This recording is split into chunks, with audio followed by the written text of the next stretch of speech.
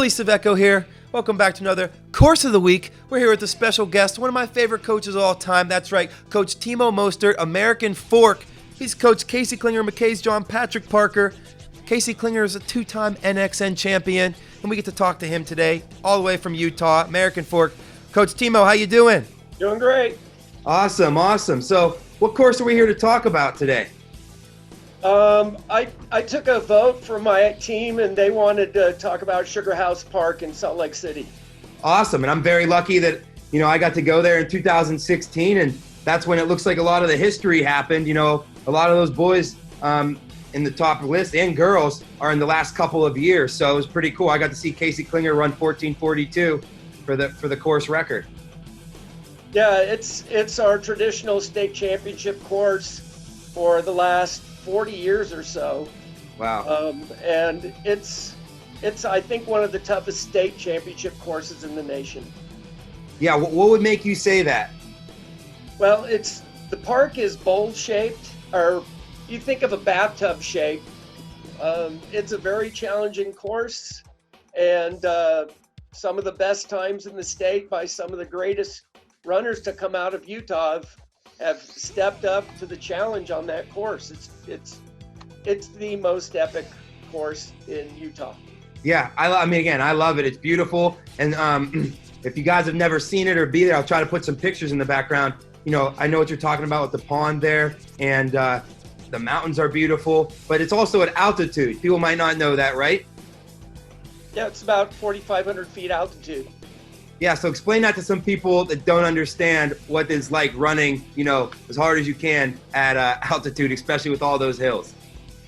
Well, if you train at sea level and you come up to altitude to race, you're not going to have a good time. It's going to be rough, and we've had teams come out and train with us from California or up from Las Vegas, and they realize that altitude is different when they come up, and so we can't train at the same paces as down at sea level. For a race, a 3-mile race, a 15-minute kid, that's about a 22-second differential between altitude and sea level. So if you see a kid break 15, he's actually going about 14:38 at sea level. It's a state meet. That's always has more pressure, more going for you. Does that also add to like the epicness or historicness of Sugar House Park?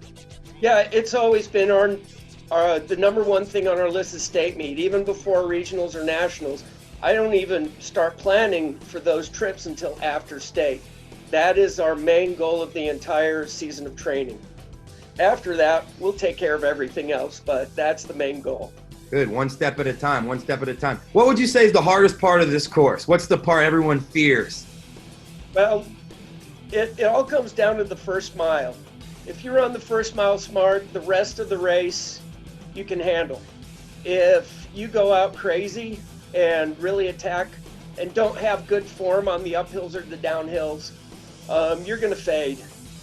And I like what Bill Ayres said, you try to regulate, you try to have the same amount of effort regardless of if you're uphill or downhill, when he was talking about Bowdoin.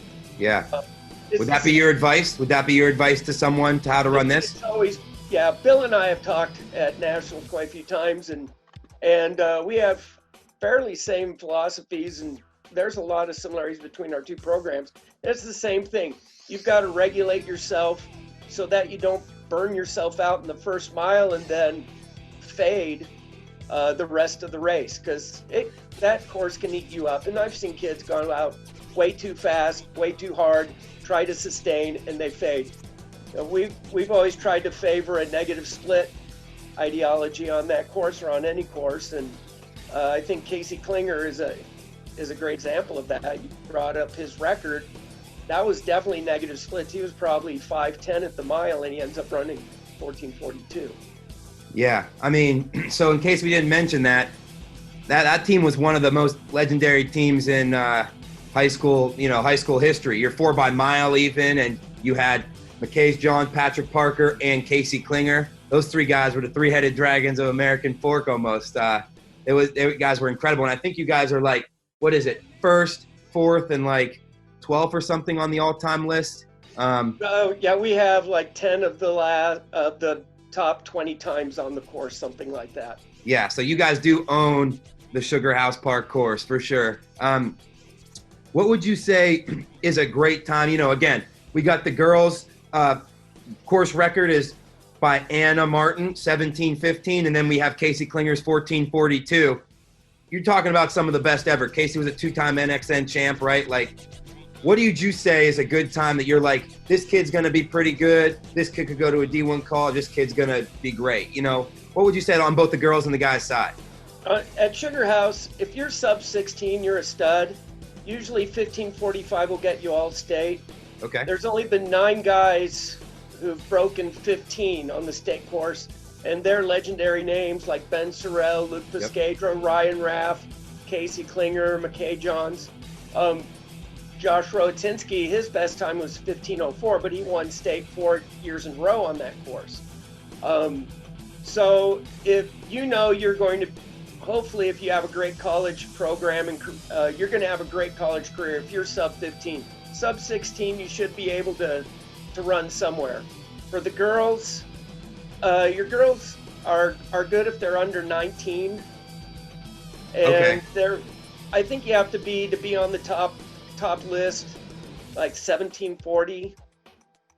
1749 is the last one you have here. 1749, yeah. Kenna Lee from Weber, yeah.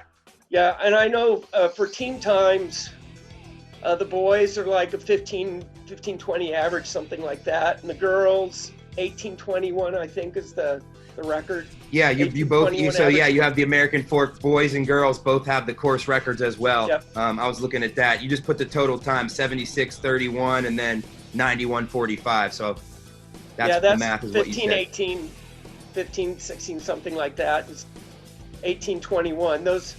That's where you have 5 girls all standing up, 5 boys at least, just doing a stud job on that course. Yeah, absolutely. You know, it's a weird year. Like you said, you couldn't have your state meet at a certain course and you couldn't do this and that. What's your advice for the kids out there, how to deal with this tough time? You know, some people can race, some teams can't even race against other people. They have to do stuff virtually. NXV, as it says here, because Nike's doing a virtual thing. What would you say is some advice for them?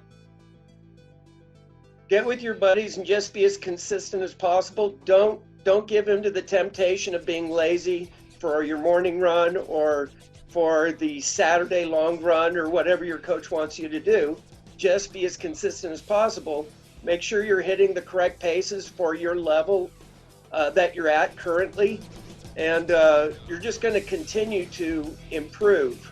If you allow those excuses to come in where I don't feel like waking up and getting out for my morning run, or I don't feel like going to practice this Saturday, then all the other guys who are going to be there, they're going to get better than you, and they're going to improve, and you're not. Absolutely. I was going to say about this sport, it's persistence is the most important thing, and perseverance, but I would say that's in life, you know. If you show up every day and you're working, you have bad days, you have good days, doesn't matter. You were there, you're going to be way above the person that didn't show. So, the popular phrase from this summer is consistency is key. Yep. That's a great one. Great one. All right, anything else you have to say about this historic Sugar House Park?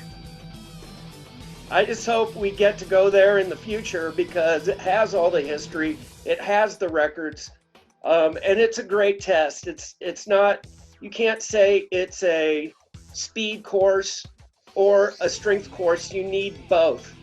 And kind of like NXN's course at Glendoveer Golf Course, you can't have just one of those skills. You have to be a cross-country runner that has both skills, speed and strength, to conquer that course. All right, well, hey, thank you so much, Coach. Amazing program you have there, amazing insight on that awesome course. I hope to see you soon and keep doing what you're doing for the sport. You're killing it. Hey, you bet, Billy. Thanks for having me on. Yeah, thank you so much. And that's the way the cookie crumbles. Ba-boom. Another course of the week in the books. Thank you so much, Coach Timo of American Fork, all the way in Utah. Sugar House Park. I've been there myself. Amazing place.